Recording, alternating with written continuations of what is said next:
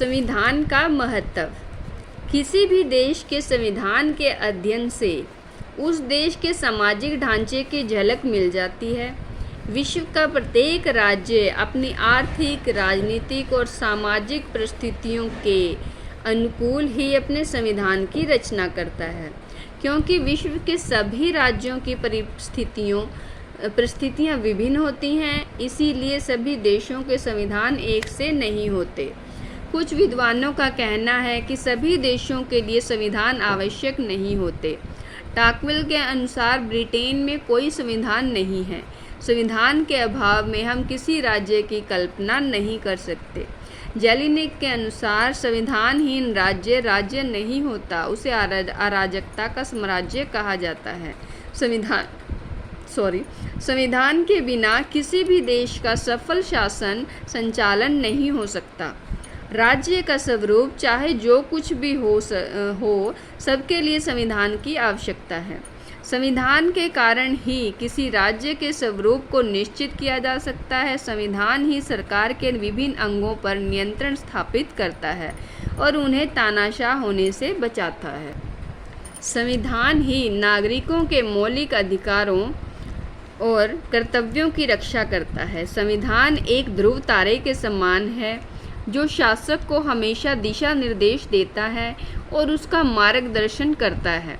संविधान ही सरकार विभिन्न अंगों के बीच संबंध बनाए रखता है। संविधान एक ऐसा आईना है जिसमें उस देश के भूत, वर्तमान और भविष्य की झलक मिल जाती है। संविधान की विशेषताएं जान लेते हैं। नंबर 1, स्पष्टता तथा निश्चितता। संविधान का पहला गुण ये है कि वह स्पष्ट तथा निश्चित हो। यदि किसी संविधान में भ्रामक मूलक बातें होंगी तो वह लड़ाई झगड़े का कारण बनेंगी, जिससे सरकार के कार्यों को ठीक प्रकार से चलाने में बाधा उत्पन्न होगी। यही कारण है कि लिखित संविधान अलिखित संविधान की अपेक्षा श्रेष्ठ माना जाता है। नंबर 2, व्यापकता। इसमें सरकार के तीनों अंगों अर्थात विधानपालिका, कार्यपालिका तथा न्यायपालिका के संगठन कार्यों व उनके आपसी संबंधों का पूरी तरह वर्णन होना चाहिए।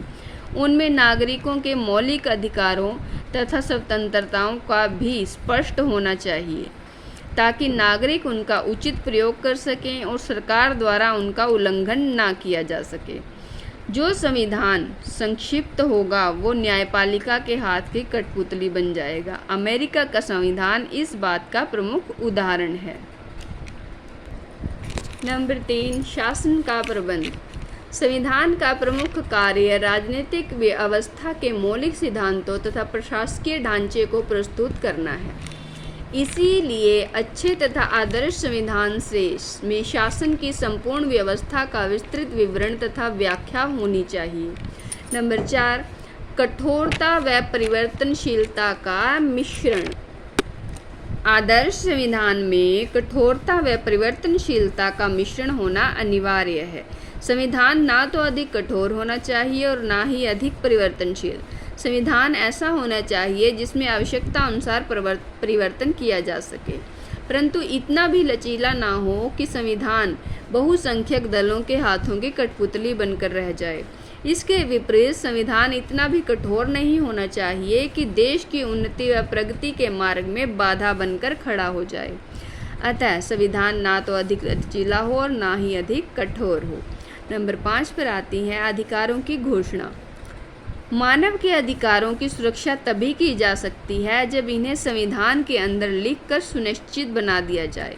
इन अधिकारों का प्रयोग किए बिना कोई भी नागरिक अपने जीवन को उन्नत नहीं बना सकता। नंबर 6 पर आती है न्यायपालिका की स्वतंत्रता। जिस देश में न्यायपालिका स्वतंत्र नहीं होती उसके ऊपर विधानपालिका या कार्यपालिका का अनुचित प्रभाव होता है। वहाँ पर उचित तथा पक्षपात रहित न्याय नहीं मिल सकता।